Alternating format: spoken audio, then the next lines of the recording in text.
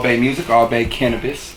We are sitting here with Sacramento's own, the Gatlin. What's going on, Gatlin? Work, man. How you doing, brother? I'm doing great. Thank you for asking. So, one thing we always like to ask our question about artistry is where you developed your stage name. So, how did the name Gatlin, the Gatlin, come about? Shit. If you, I'm pretty sure a lot of our people know what guns are. In the Civil War, they had a gun called the Gatlin gun. And, it's a controlled mechanism type of thing. You can go fast or you can go slow, you know what I mean? So that's how it is with my flow pattern. I don't have a set rap style. So, I can rap fast, I can rap slow. Either way it goes, we killing shit. So, yeah, it's the Gatlin. The Gatlin. Yes, sir. Okay. So, where are you from, and what was it like growing up there? Born and raised Sacramento, California, South Sac to be exact. I am an Iraq baby. Man, growing up is growing up, man. I don't have one of them life was hard growing up type of stories, man. I knew both my parents. They loved each other. I grew up in a loving home. You know what I mean? But life definitely had its challenges. You know what I'm saying? Ain't nothing easier handed to us. So, life growing up in South Sac was dope, man. It's a lot of dope memories, man. From Florin Road to 47 to Power Inn to Mac to Meadowview. It's nothing like South Sac. For real, for real. What were some of your musical influences growing up? The neighborhood that I'm from Elder Creek. It's the same neighborhood as Marvelous and Doughy Rock, and a lot of other artists stayed in that neighborhood, like Brother Lynch. I got a cousin that married into Sebo's family, so I was around Bo a lot.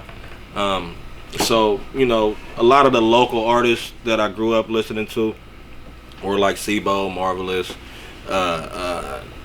E40, 3 Times Crazy, Too Short, Keek Sneak, Loonies, of course, shots to Yuck Mouth, those that late 90s, early 2000 era is what I grew up listening to. Okay. So, when did you first start taking your music career serious as a career? 9 years ago. My first year out, I dropped like 6 street albums. Yeah, 6. It was 6 or 7 street albums and mixtapes combined in the first year. Wow. And I just created my own little wave. My own little sound. And just I dropped so many projects that year just to show people that this ain't no fluke. You know what I mean? And every year after that, I try to drop at least 3 projects a year. Really investing in my craft, spending money, venturing out, collabing, networking, just building my brand. It's been a good 8-9 years. Okay. So, what was one of the recent projects that you had dropped? My most recent project was Pack Landed, produced by the Mechanics. Shots to the Mechanics, Kenny Tweed and Fo Rex out of Oakland, California. That was my most recent full body project. We did 3 videos off that record. Couple 100,000 views. They're pretty good. Yeah, that's my most recent project. And then I just drop a lot of singles and videos in between just to keep the buzz going. Just to let them know I'm working at all times. Okay. So I see that you had mentioned that you work with Dot and Tweed, aka 4 Rex. Man, love them. My brothers. Okay. Yeah. Who are some of the other producers you like to work with locally? Locally, man, I got my own. I call them super friends. I got my own camp of super friends. A lot of dope producers out of Sacramento, man. Shouts to Trackaholic, Racimo, Sickness, Teo, Code 45. Yeah. It's a lot, man. Legion of Doom. Man, I got a lot of secret weapons too. My boy Trill Kicks out of East Palo Alto. Me and DJ Fresh got a whole project. TD Slaps. I can keep going, man. The list goes on, man. I got a partner out of Philadelphia by the name of P.A. Dre. He produced my next album that I got coming out. It's crazy. Me and Cosmo just did an album for 420. Producers, man, that's what I need. You know what I mean? I don't hang around no rappers. You know what I mean? Everybody, you're either producing or shooting videos or taking pictures or doing something other than rapping.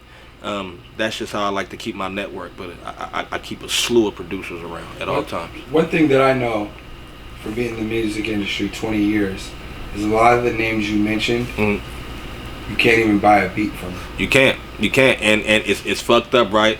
And I sound like an asshole saying it, but I don't buy beats from none of them dudes I just named. You know what I mean? Like, it's love. Well, you guys have publishing going on. Yeah. Bigger business. And with the exception of a couple names that we're not going to solo nobody out. But a lot of them people, man, we just working for towards a bigger goal. And we know what it's going to take. And if I got to continue to pay you or you continue to pay me, we're not going to make any money. You know what I'm saying? The best thing for us to do is to get out in the world and display our talents together. Yes, display our talents as a whole, and get the bag that way. You know what I mean? It's more long term.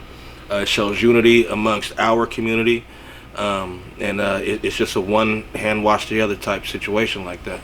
So I heard that you mentioned that you actually have a project dropping with my po' boy brother Cosmo. That's my guy. How did you meet Cosmo? I've known Cosmo for years, man. I mean, we've always talked through social media and online and, big ups and, all that type of shit. But one of the studios back home in Sac, man, Q made the beat recordings. That's where I do a lot of my music at, and Kaz frequents that area a lot. We've been talking for the past 2 or 3 years about getting one song done, you know what I mean? And we just miss each other every time. He's either doing something with Burn or, you know what I mean? He has so much shit popping. So when he finally, took some time out of his day to send me a beat pack, I didn't waste not one beat in that. You know what I mean? I did. Right. I said, bro, I'm not picking one, bro. I'm going to just take this whole situation. Matter of fact, send me a few more because we going to need to do something. And he was with it, man. He produced my whole next project that I got coming out. How many tracks are on the album?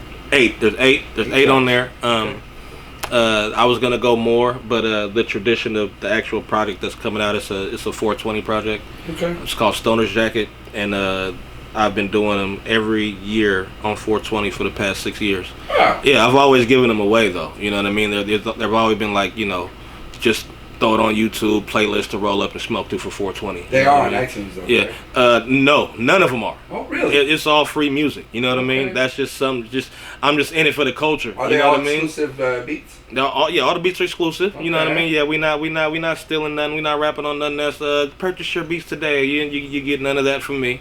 You know what I mean? It's all my producers, all my peoples.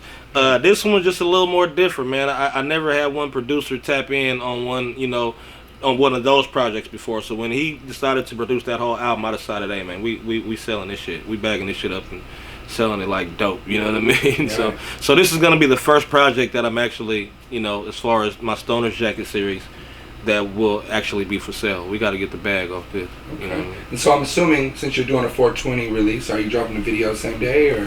Videos, man. I got a flavor drop that day. I got a record release party that day. I got an album that day. I got a VIP smoke session after the after party that day. 420 is a fucking is life. You know what I mean? So there's not enough hours to fit in what you got going on. It's not. I'm a Gemini, so I really wish there was a second person to. I really wish it was a second person to do all this shit. You know what I mean? Yeah. But it's the second you. Yeah. But it definitely won't be enough hours in the day on 420. Okay. You know what I mean? All right. And so I see you got a new Smash video you just dropped. Yeah. Can you tell us more about it? Man, me and the homie hit a slim, man. We just dropped some dope, man. Dedicated to the big homie Sibo. The song's actually called Sibo. Stomping in my steel toes. I recreated that. The homie Rob Lowe actually did that beat. Produced by Rob Lowe.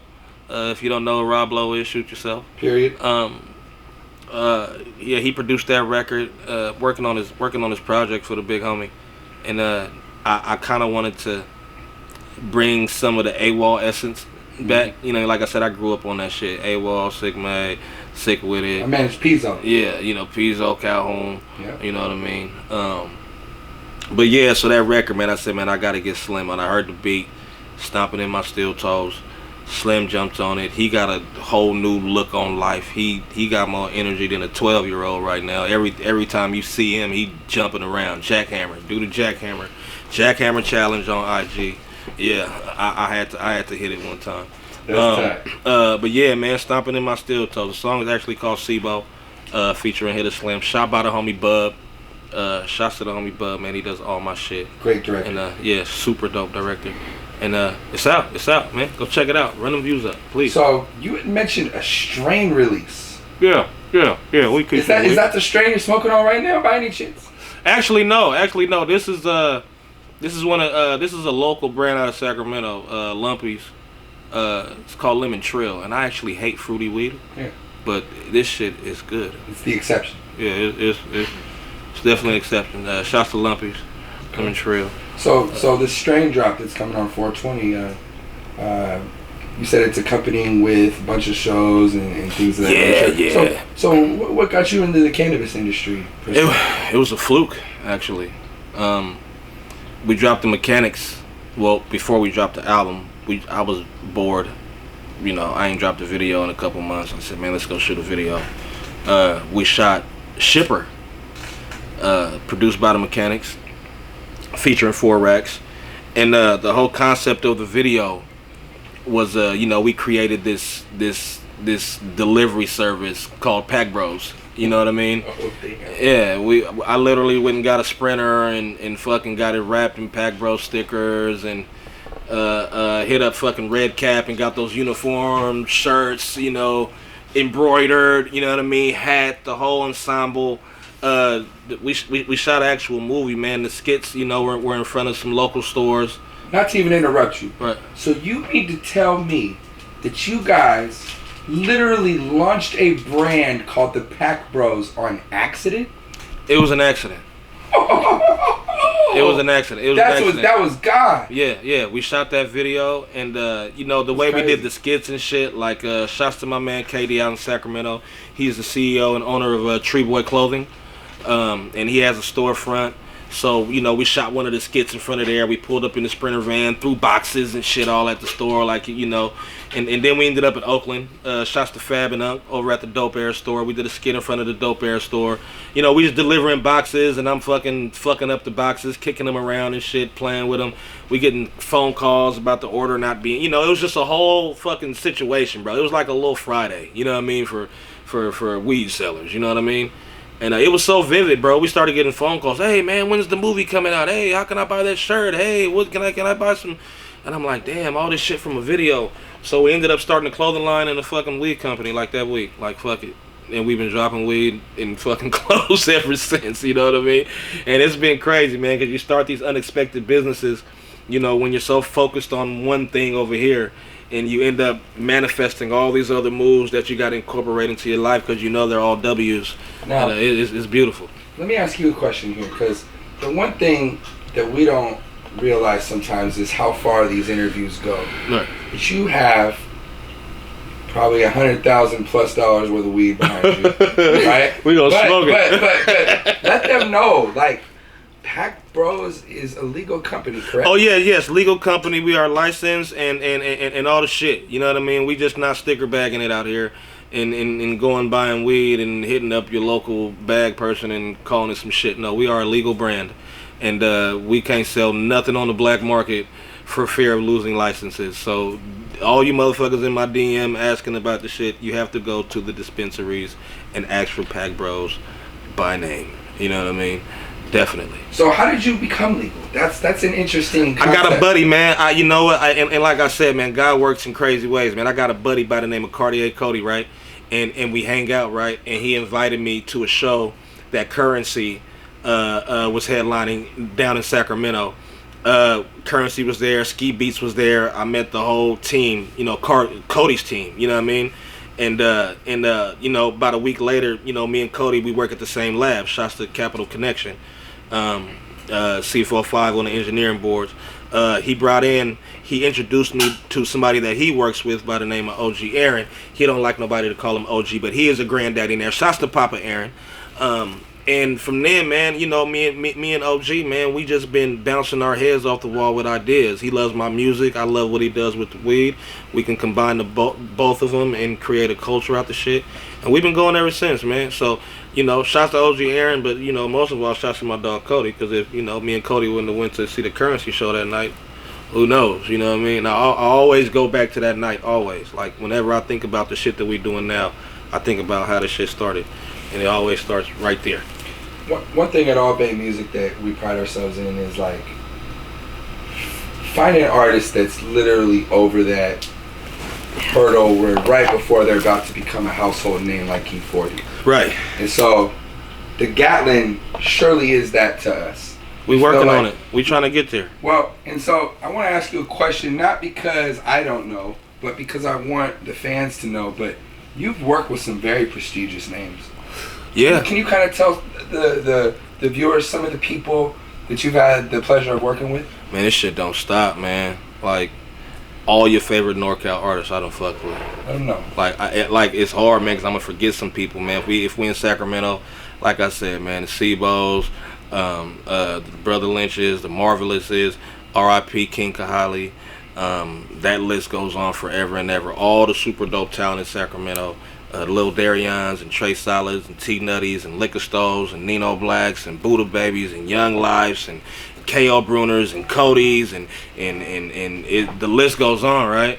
And then you know we definitely gotta expand. We definitely gotta leave our city. Yeah. You know, the first place that I come is the Bay. You know what I mean? Yeah. And you know, when I come here, you know, we talking about the Beetle Eaters and the Mechanics and the D-Los and the Fabs and the Stevie Joes and the Jay Stallins and the Filthy. All like I fuck with them all. You know what I mean? And I'm an unpolitical dude. Like nobody can sway me to fuck with somebody or not fuck with somebody. I treat everybody based on what I see, you know what I mean? So I've always been good like anywhere I go. So it's easy for me to link up with motherfuckers and do work. You know, me and San Quinn got an album, you know what I'm saying? That's in the streets going crazy. Me and Mitchie Slick got an album out in San Diego. That's going crazy, you know what I'm saying? I got work, man, all over the place. My resume is crazy. Heck yeah. So where do you see yourself 5 years from now? I hope to have $1 million. Like for real. Like the way the squad is scaling up, you know what I mean? And I'm not even talking about music. I'm not even on no rap shit. I'm just talking about life. Like we got a lot of businesses that are growing. We're creating businesses every day. We're coming up with ideas every day. My team, their brain is going 1,000 miles an hour every day. In 5 years, if I ain't got $1 million, I'm doing something wrong. Like for real. So, is there any last words or shout outs that you want to give to the viewers? Nah, man, fuck everybody, bro. No, I'm just playing. Oh my God. Really good over here by myself. Oh shit. Nah, man, shouts to everybody for fucking with Gat, man. On my day Uno's, man, not a Uno day ago. Tree City, I love y'all, man. South Sac especially, man. Shouts to Luke, man, over at Local Distro for having me, man. Shouts to All Bay Magazine. Burn Clean Genetics, Pack Bros, Orbis, my Cannabis squad, my music fam, all my super friends, man. Y'all know who y'all is, man. I appreciate everybody that fucks with Gat, for real. In all humbleness, man. We growing, you know what I mean, and we doing it the right way. And shouts to everybody that's seeing that through with us, for real.